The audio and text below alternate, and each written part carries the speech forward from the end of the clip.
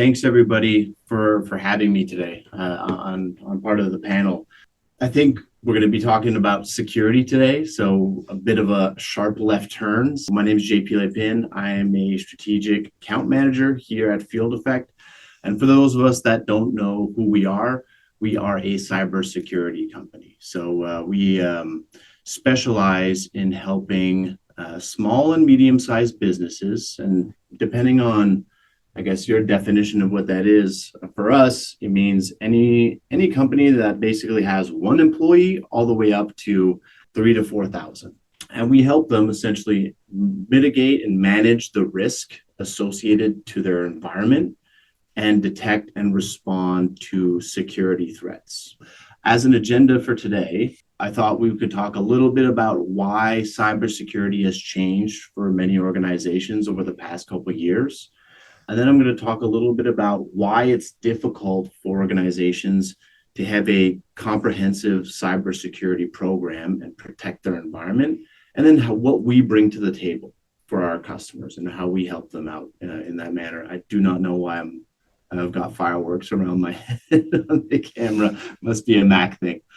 So, when I started working in cybersecurity, the typical victims of threat actors, and what we would see the most often, in the news, and I'm sure everybody's kind of seen this, is large organizations being targeted. Think about companies that have employees across the globe and distributed networks, but that has changed a ton over the past couple of years, especially since COVID-19, where we're seeing much smaller and medium-sized organizations being targets for these threat actors and hacker groups. So they don't necessarily discriminate anymore, right? They're kind of going after everybody. We have, customers as small as, a handful of employees and users that have been victims of ransomware in the past, and they come to us for help in making sure that it doesn't happen again, right?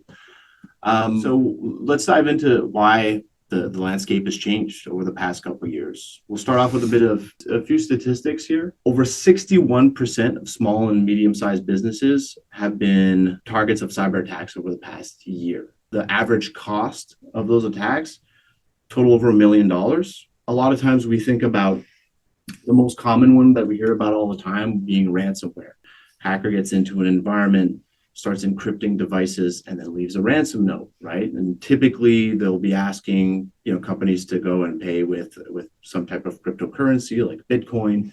But there's a lot more to the cost of a breach for companies nowadays. It's not just the ransom itself. It's, not having access to devices that are critical for business operations, such as, company laptops, servers, operational technology that you might have on a manufacturing floor. So the cost of a breach definitely adds up. 67% of those companies that were attacked are targeted again within the same year. I think the bad guys are expecting companies to get out of trouble, right, with like an incident response team, and then let their guard down, and then they go back in again. And some of the reasons why things have changed, the pandemic was a huge driving factor. Companies have taken a hybrid work model. Employees are working from home, in airports, cafes, all across the globe. They're bringing in their own devices and accessing your productivity suites like Microsoft 365, Gmail, whatever applications they might be using in the cloud. And then speaking of cloud applications, almost every single company has increased the amount of applications and software that they use on a daily basis in the cloud, right? Which creates added risk and an increased attack surface for a lot of organizations. And if you layer on the fact that automation has come into the cybersecurity world and the emergence of artificial intelligence, threat actor groups are leveraging these types of technologies and targeting all types of companies. So the amount of attack volumes for smaller and medium-sized organizations has definitely increased, and it's much more scalable than it used to be a couple of years ago. I do get the comment a lot of times, especially for smaller organizations, that will say, why would we be a target for hackers? They, at the end of the day, what they're looking for is is making money, right? It's monetization. It's the ability to go in and encrypt data or encrypt devices, and then turn it into money at the end of the day, right? So it's not something that they're trying to sabotage your business. It's nothing personal. At the end of the day, for a lot of these groups, it is a business, right? And there's a lot of money to be made. And then when you think about your attack surface, anywhere that a hacker can get into your environment, we consider an attack surface, right? And that can be anything from a laptop, a desktop that is being used by an employee, a mobile phone, a tablet, operational technology, a server that you might have in your environment. So when we talk about endpoints, what we mean is, any type of device in an environment or application that might be used in the cloud or on premise. The typical attack vectors, I guess the most popular ones that we still see today are phishing. And I'm sure everybody has seen probably one of those emails in the past hit their inbox, where it's an email that seems to be coming from maybe an executive, a boss, but there's something not quite right with the grammar used in the email itself, and there might be a letter in the email address that might be off, right? Instead of an I, it's an L. Their tactics have become a lot more proficient, and they're a lot more sneaky in the way they can do these things. So phishing is definitely one that we see them probably the most often. But then there's also misconfigurations, and this can be an example of it can be an operating system on a device that hasn't been updated that should, and it's misconfigured, or vulnerabilities as well, right? It's not just human error and clicking on a file or a link that they're not supposed to. There's also software downloaded onto devices that might be vulnerable, have a patch that is needed, right? So these are all things that organizations have to be aware of and have to stay on top of. But the cybersecurity definitely has a challenge. And what the answer has been, in past years, and what used to be passable was you buy firewalls, right, that kind of protect the perimeter of your network, and then you have antivirus on devices. And then, with the adoption of cloud and networks becoming more complex, the answer has always just been buy more security tools, but a lot of times these tools are incomplete. They're focused on one part of the network, or say you buy something that is monitoring your cloud, then something else that's monitoring endpoints. A lot of times they're reactive as well. So they only pick up on threats once they've actually infiltrated your environment, and then they're siloed. They don't speak to each other. There's no real easy way to integrate all these tools. So cybersecurity analysts or managed service providers are caught going from one console to another, trying to make sense of all of the data and where an attack might be coming in from, right? And correlating that data together. So it becomes complicated to do, quite expensive, and cybersecurity analysts are very difficult to find and hold on to. I believe the average turnover is about 18 months, and there's definitely a lack of or shortage of personnel in the industry. So what we do is we introduced a new grade of cybersecurity for small and medium-sized enterprises that is very holistic, right? And we're on a mission to be, one, accessible to any organization. We take great pride in simplifying our approach to security, not only that it's easy to deploy. Our technology is very easy to deploy. It's very simple in the way that we send out alerts to our customers, right? So I have clients personally that are business owners. They don't have a cybersecurity background, but they understand what's going on in their environment because of the way that we've set up our solution to do so. We also have a world-class team. So I'm in Ottawa here, which is our HQ, but we also have people in our security, in our SOC team, which is our Security Operations Center, in the USA, Australia, and the UK. And those are 4 of the 5 Eyes, right? If you guys are familiar with the 5 Eyes, because our roots are in the intelligence community, right? So our founder and a lot of our security team come from the 3-letter agencies, right? So the CSE, the NSA, and they have really deep roots in the intelligence community. So they understand how threat actors act. And, a lot of those people sit on our security team, right, to have a follow the sun model. So when we're up and on the shift, overseas they're asleep and vice versa, right? So we're providing our customers with 24/7 monitoring of their environment. And then we're not just detecting threats.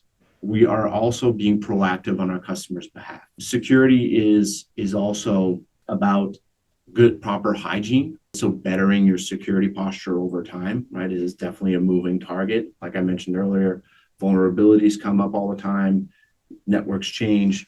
So we're telling our customers what needs to be addressed on their end to better their security posture and make sure that they're reducing risk over time. And the way that we do this is by giving a complete 360 view into what's going on your network. So we have an agent that goes on to all of the endpoints, right? So laptops, servers, we're collecting really deep telemetry there. And we also have the ability to actively respond to a threat in real time. That email that I mentioned a little earlier with, that phishing scenario where somebody sends over an email with a link, they want you to go click on the link that's going to bring you to a ransomware website and download malware onto your computer. We have the ability to pick up on that malicious process and then block it altogether or isolate a device from the network. Then we're also looking at all the traffic coming in and out of a network to make sure that we're picking up on things like shadow IT. Say somebody comes in and plugs something into a printer, like a Raspberry Pi that calls out to the internet. We have the ability to see that in the environment. And then we integrate natively with the cloud applications that you might be using, whether that's Google, Microsoft 365, Salesforce, Okta, Duo, so that we're monitoring user behavior in the cloud and correlating all this data together to find those risks and stop them in real time. And we're taking a very layered defense and layered approach. We have a 24/7 team that's monitoring everything on our behalf. We're doing vulnerability detection, like I mentioned earlier, but we also have a concierge service for those suspicious emails that land in your inbox that might make it past your spam filter. There's a plugin that goes into your Outlook or Gmail where you can report that email to us. We'll investigate it and tell you if it's malicious, suspicious, or likely safe. We're trying to cover all bases because at the end of the day, users and employees are also part of the fight against cybercrime, right? And it's important that they understand that too. So there is a bit of a sort of an education piece on getting employees involved in the fight against cybercrime. Then we're doing active response, like I had mentioned. If we see something, we're stopping it at 3 a.m, right, when nobody's around. The thing with hackers and threat actors, they're not doing this on a Tuesday afternoon when everybody's around. It's always on a Friday, right before a long weekend, or on a Saturday, right when nobody's around. We actually call them Incident Response Fridays here because we do have an incident response team, and the volume of calls that they get from customers that are not utilizing our solution but need help getting out of trouble, right, if they've been breached, they always call on Friday. So it's like one of their busiest days here. And then we pair that with threat intelligence that we pull from a wide variety of feeds. And we also have the ability to filter out content on users' devices.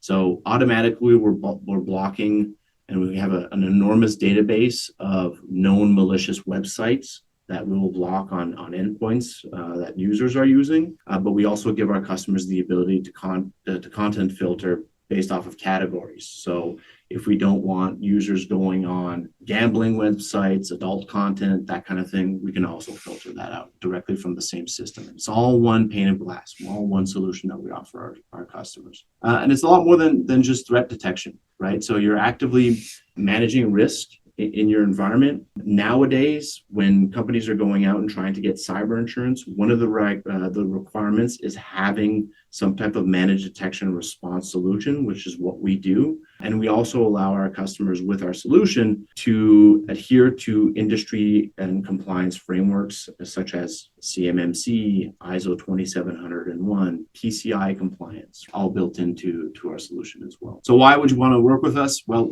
we minimize your cybersecurity risk. We detect threats very, very quickly, and we stop those threats. If you work with Field Effect, we become an extension to your cybersecurity team. We're the ones in the background making sure that your environment is safe and that you don't fall victim of one of these threat actor groups. In terms of resources available to the IOE members, we do have a free attack surface report that we can run. The instructions on what we would need are pretty simple. It's a domain and then external IP addresses, no strings attached. What we're basically doing is looking at what type of risks and vulnerabilities might be exposed to the internet that are associated with your company and your environment. You'd be surprised on some of the things that exist out there, not only for security researchers, but some of these threat actors, they're looking for low-hanging fruit nowadays. So any type of information that they can kind of gather on the internet, they'll typically use that for reconnaissance and being able to get into an environment. So if you're interested, we would be more than happy to set up an attack surface report for you. It takes us about 24 hours to turn it around. There's nothing that's invasive to your environment. We're not doing any penetration testing for it. It's simply pulling all the information that we find off of the web in some of the areas that it might be difficult to find. And then we can also provide you guys with a demonstration of what that solution looks like and what life would look like in working with Field Effect, what the output from our system looks like, how we work with our customers. And you've got my information here below. So if you would like to contact me, please feel free. I'm more than happy to talk to anybody and put together an attack surface report.